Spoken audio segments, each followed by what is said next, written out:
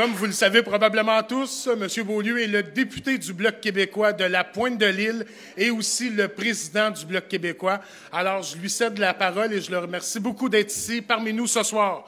Merci.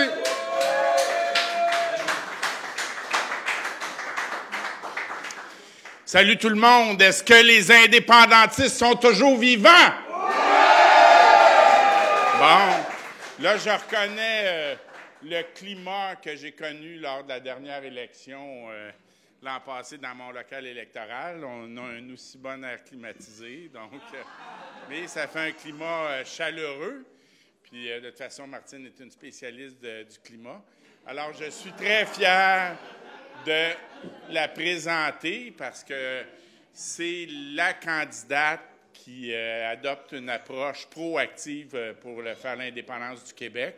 Je pense que si on veut rassembler tous les organismes de la société civile, les partis politiques indépendantistes, ou en tout cas les membres des partis politiques indépendantistes, il faut avoir une démarche claire vers l'indépendance. Puis ça, c'est Martine Ouellette qui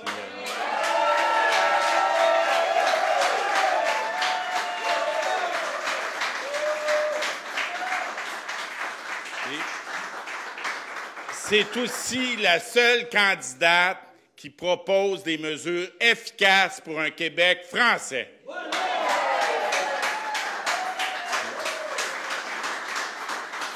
C'est celle aussi qui a un programme articulé d'un modèle de développement économique fondé sur les énergies renouvelables.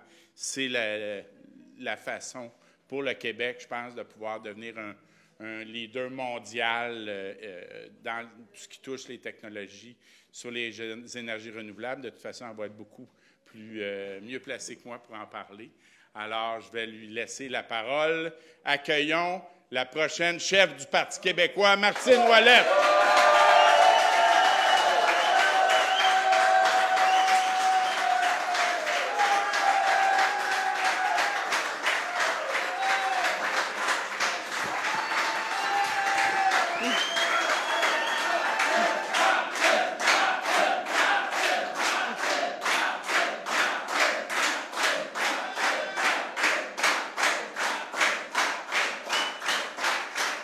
Merci.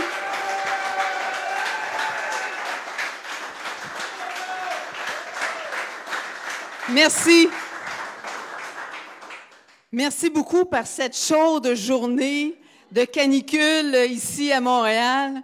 Donc, merci d'avoir pris le temps de venir nous voir, de venir participer à l'ouverture de notre local électoral de course à la chefferie. Merci, Mario. Merci d'être venu ce soir avec nous. Vraiment, c'est très apprécié. Permettez-moi aussi de saluer quelques personnes de la salle. Je voudrais saluer tout le monde, mais permettez-moi de saluer quelques personnes plus particulièrement. Saluer, Mario Beaulieu, qui est député de Pointe-de-l'Île pour le Bloc québécois. De saluer également Jocelyn Baudouin, qui est président d'Option nationale, qui est avec nous.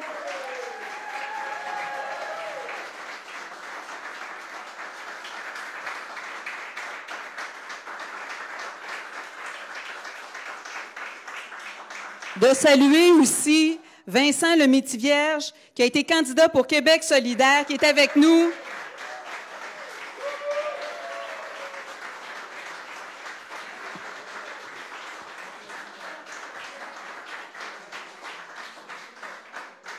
Audrey Beauséjour, qui est présidente du comité d'environnement du Parti québécois, qui est vice-présidente.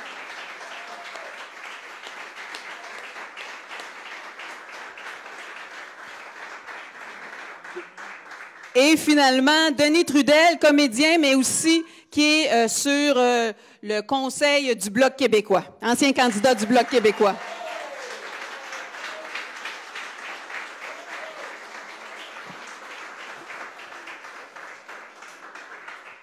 Vous savez, une course à la chefferie en plein été, c'est ça que ça donne. Ça donne des belles réunions chaleureuses, chaudes. Nous arrivons d'une tournée Bas-Saint-Laurent, Gaspésie, les îles de la Madeleine. Je peux vous dire qu'on a eu tout un accueil partout où nous sommes passés, que ce soit Rimouski, Mont-Louis, Gaspé, on est passé à Amqui aussi, du côté de Carleton, du côté de Cap-aux-Meules. Et vous entendez des fois les journaux qui vous disent « Ah, les gens ne veulent pas entendre parler de référendum. » Mais moi, je peux vous dire que les gens veulent entendre parler d'indépendance, par exemple. Ça, c'est clair.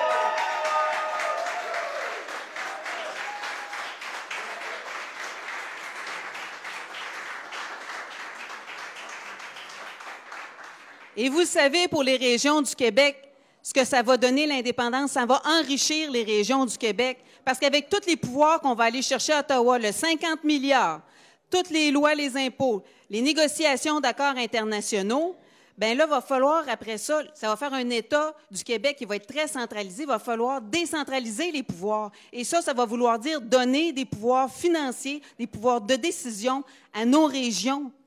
Et ça va être toute la différence. Je vais vous conter 2 exemples, parce que des fois, les gens ils me disent, qu'est-ce que ça donne, l'indépendance au quotidien, dans la vie de tous les jours? Bien, à Rimouski, là, Rimouski, c'est une ville phare dans la formation, dans la recherche au niveau maritime au Québec. Hein, les gros instituts de formation sont à Rimouski. Mais à Rimouski, il y a un quai qui appartient au gouvernement du Canada. Ils ne sont pas foutus de l'entretenir. Le bateau de recherche, le Coriolis, n'est même pas capable d'accoster. C'est ça que ça veut dire. Ça veut dire aussi, à Percé, je suis arrêtée par Percé, on le sait, c'est reconnu par National Geographic au niveau touristique, là. Bien, à Percé, le quai il est à moitié fermé parce que le Canada ne veut pas investir pour le rénover. Ils veulent en rénover rien que la moitié. J'ai parlé au capitaine de bateau, parce qu'il y a des bateaux qui s'en vont à l'île Bonaventure, hein, les visites sur l'île Bonaventure. Bien, il dit, si on en rénove juste la moitié, il n'y a pas de place pour les 12 bateaux. Donc, vous imaginez l'impact au niveau touristique? C'est ça que ça donne au quotidien. Le Canada, il s'en fout des régions du Québec. Il n'investit pas dans les régions du Québec. Et l'indépendance va donner aux moyens aux régions du Québec de pouvoir se développer en fonction de leur territoire, en fonction de leur expertise, en fonction de leurs compétences. On ne peut pas faire du mur à mur dans le développement régional. C'est pas vrai que la Gaspésie va se développer de la même façon que la Mauricie ou de la Montérégie. C'est pas vrai. Donc, c'est ça que ça va faire la différence, l'indépendance du Québec. Et c'est pour ça qu'on a besoin de la réaliser le plus rapidement possible. Il n'y a pas de raison de reporter ça à plus tard. Et vous le savez, cette course à la chefferie-là, là, c'est une course qui est historique. Parce que c'est l'indépendance qui est au ballottage, là. À force de reporter à plus tard l'indépendance, bien, elle ne se fera jamais. Et là, vous avez un choix. Et les militants du Parti québécois, les membres du Parti québécois ont un choix extrêmement important à faire. Je suis la seule candidate qui prend l'engagement à réaliser l'indépendance dans le prochain mandat.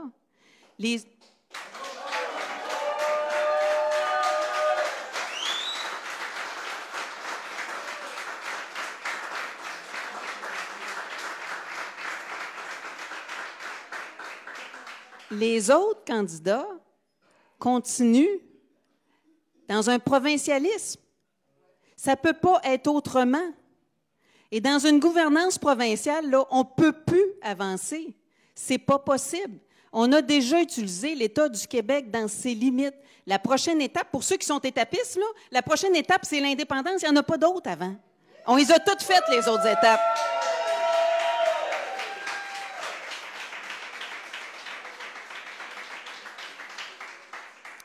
Il n'y a pas de raison de reporter à plus tard ce qu'on peut faire maintenant. Il n'y en a pas de raison. Les Québécois sont prêts à assumer leur pleine liberté, sont prêts à prendre toutes les responsabilités. Puis au niveau économique, parce qu'il y en a bien du monde qui sont inquiets au niveau économique, là, bien, je le répète, puis je vais le répéter encore, puis je vais le répéter encore jusqu'à temps qu'on soit indépendant, là. Le Québec sera la 27e puissance économique mondiale en termes de PIB par habitant, juste à côté de la Grande-Bretagne qui est 26e. On n'a pas attendu personne sur la planète dire que la Grande-Bretagne n'était pas assez forte économiquement pour être indépendante. Fait que le Québec a la même force que la Grande-Bretagne en termes de PIB par habitant pour être indépendant. On est capable économiquement, on a tout ce qu'il faut. Et moi, je vous le dis, comme chef du Parti québécois, comme première ministre, je vais me tenir debout. Je vais me tenir debout pour la langue française. C'est le temps qu'on redonne au Québec son véritable statut de langue officielle.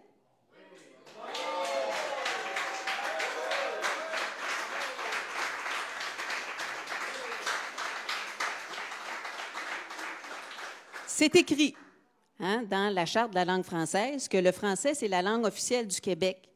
Mais dans les faits, parce que décision après décision, la Cour suprême du Canada a charcuté la Charte de la langue française basée sur une constitution qui n'a jamais été adoptée par le peuple québécois, qui n'a jamais été signée par aucun premier ministre du Québec, quel que soit le Parti québécois ou le Parti libéral, aucun premier ministre a signé cette constitution-là. Et ça fait en sorte qu'aujourd'hui, au niveau de la législation, au niveau de la justice, le français et l'anglais sont sur un pied d'égalité. Il y a eu bilinguisation de l'État du Québec. Et la Cour suprême du Canada, il y a quelques mois, a pris une décision en disant que l'Alberta, la Saskatchewan, eux autres, sur le plan législatif, ça pouvait être unilingue en anglais. 2 poids, 2 mesures tout le temps. Bien, au Québec, c'est juste normal que ce soit en français. Comme au Brésil, c'est en portugais. Comme en Allemagne, c'est en allemand.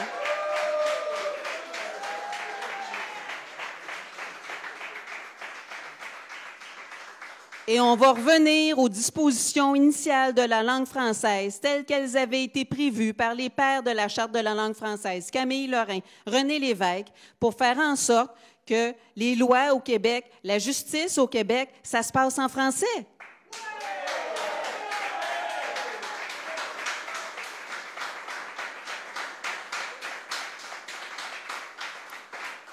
Puis je vais me tenir debout aussi sur Énergie Est. Ça ne passera pas au Québec.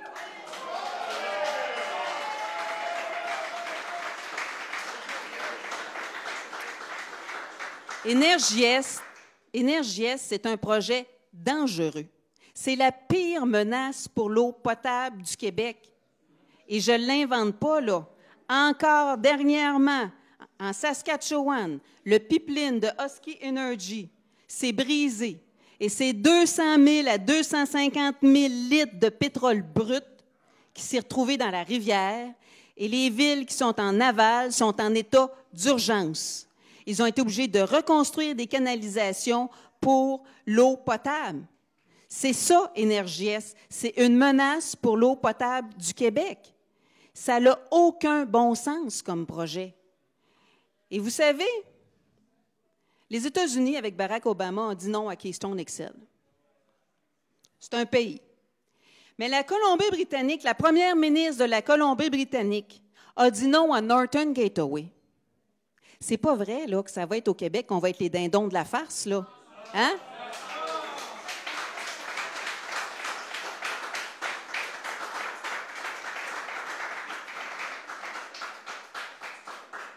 On va se tenir debout. Et les Québécois et les Québécoises, ils n'en veulent pas d'Énergie Est. Il y a un pouvoir citoyen qui est très fort au Québec, appuyé par les municipalités du Québec. Et je vous le dis, comme première ministre du Québec, Énergie Est ne passera pas au Québec. C'est clair, net et précis.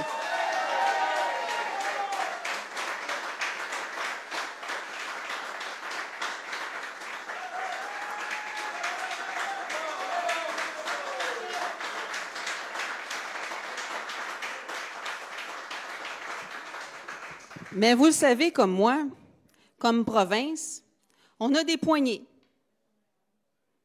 pour empêcher Énergie Est. Les certificats d'autorisation, il y a la loi sur l'eau, il y a le dézonage agricole. Sauf que, pour vraiment avoir le contrôle de ce qui se passe sur notre territoire et de décider ce qui se passe sur notre territoire, bien, c'est l'indépendance que ça nous prend. Et c'est l'indépendance qui va nous permettre de faire en sorte de dire non plus facilement à ces projets-là. Parce que là, actuellement, là, Énergie Est, ils veulent nous traverser à travers le territoire sans notre consentement. Sans le consentement des Québécois et des Québécoises. Bien, il n'y a rien que l'indépendance qui va nous permettre de faire en sorte de contrôler nos frontières. Et ce qui va se passer au Québec, c'est nous autres qui allons le décider. C'est ça la différence d'être indépendant et d'être un pays.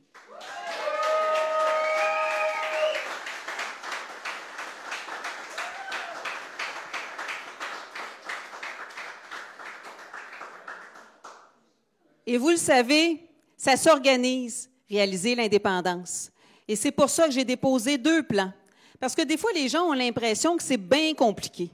Mais ce n'est pas compliqué, réaliser l'indépendance. C'est juste normal. Un peuple, une nation, bien, ça a un pays. Donc, il y a le plan 2018 pour la victoire des indépendantistes. Et c'est bien la victoire des indépendantistes, et non pas seulement que la victoire du Parti québécois.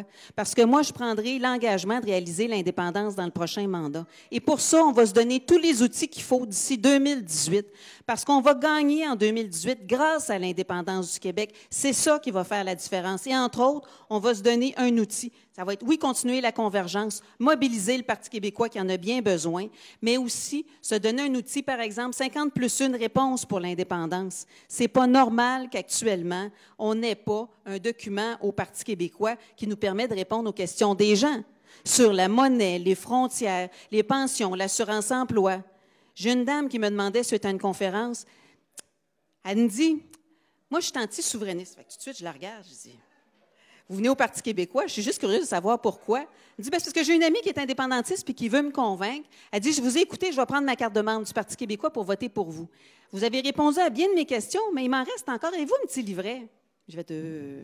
J'ai dit Option nationale, qui a produit le livre qui fait dire oui.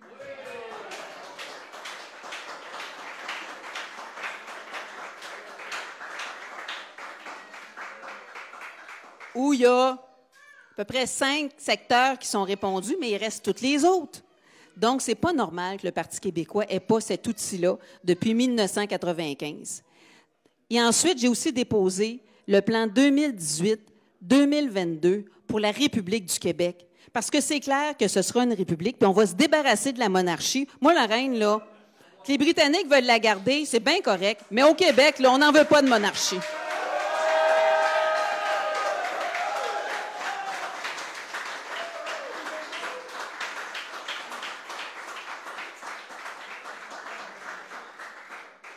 Et donc, tout ça est organisé. Il va y avoir des consultations et je ne me gênerai pas pour utiliser les moyens de l'État. Quand j'entends des collègues candidats qui disent « Oh, on va faire la promotion de l'indépendance, mais on n'utilisera pas les moyens de l'État. » Bien, voyons donc.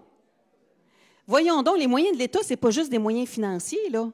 C'est aussi l'expertise. Si on veut se préparer à faire l'indépendance, il faut préparer l'État du Québec à faire l'indépendance. Puis il faut savoir qu'est-ce qui se passe au gouvernement canadien. Parce que moi, je peux vous dire, j'étais chez Hydro-Québec. J'ai fait toute ma carrière en développement économique. J'ai négocié pour Hydro-Québec dans les plus gros contrats. On parle de près de 20 milliards sur 35 ans. On était 4 à table de négociation. 2 d'Hydro, 2 du client. Je connaissais le client là, aussi bien, puis son marché international aussi bien que lui-même. Parce que quand on va négocier, là, on ne va pas négocier en culotte courte. Fait que ça va être la même chose pour le Québec. On va utiliser l'État du Québec pour se préparer à négocier avec le Canada. Voyons donc, pas utiliser les moyens de l'État, ça fait aucun sens. Il faut être cohérent. On veut la faire, l'indépendance, ou on ne veut pas la faire.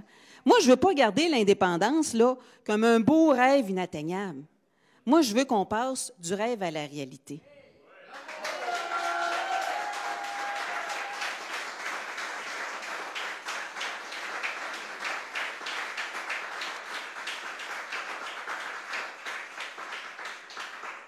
Et cette course-là, je la fais, parce que là, c'est la deuxième, hein? Les recourses, là, cette course-là, je la fais pour gagner, pour qu'ensemble, on redonne au Parti québécois son objectif de réaliser l'indépendance. Pour qu'ensemble, on gagne l'élection de 2018 et qu'on se débarrasse de Philippe Couillard et du PLQ, le pire gouvernement que moi j'ai connu.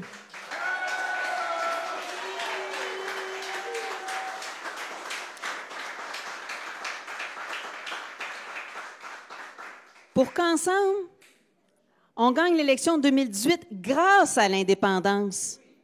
Parce qu'on le sait, là, que tasser l'indépendance, comme l'ensemble des autres candidats le proposent, là, on le sait que ça nous fait perdre. On l'a vécu en 2014, c'est une stratégie perdante. On va gagner grâce à l'indépendance en 2018.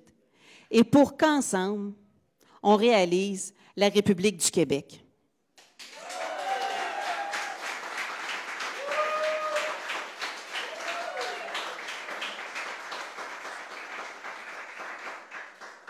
on a tout ce qu'il faut pour y arriver. Ça va dépendre de vous. Et c'est ça qui va faire la différence. Donc, moi, je vais vous demander de convaincre des gens de devenir membres du Parti québécois. 2, 3 personnes. On a jusqu'au 5 septembre pour ajouter des nouveaux membres au Parti québécois. Et c'est ça qui va faire la différence. Je vais vous demander, à la hauteur de vos moyens, 10, 15, 20 $ de contribuer à la campagne de financement parce qu'on a besoin de moyens pour pouvoir faire cette campagne-là. Le local, les dépliants, on gère de l'argent de façon très stricte, mais on a besoin de moyens. Et moi, je vous le dis, je suis tellement confiante qu'on va y arriver parce que dans le fond, tout ce qu'il faut, c'est de vouloir parce que la capacité, on l'a. Il manque juste notre volonté collective et je suis certaine qu'on va être capable d'aller la chercher.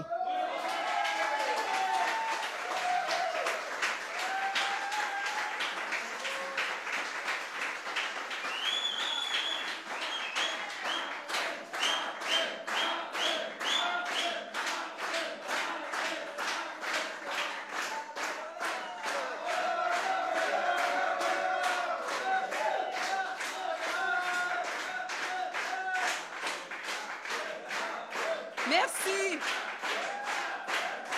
Merci.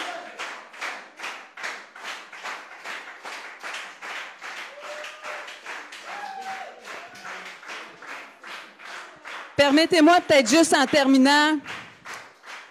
Vous savez, une campagne, ça ne se fait pas tout seul.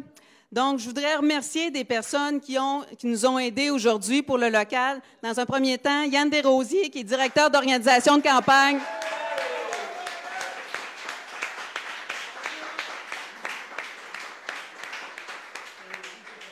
Louis-Philippe Dubois, Yuri Lavallée-Durand, Patrick Ney, merci beaucoup.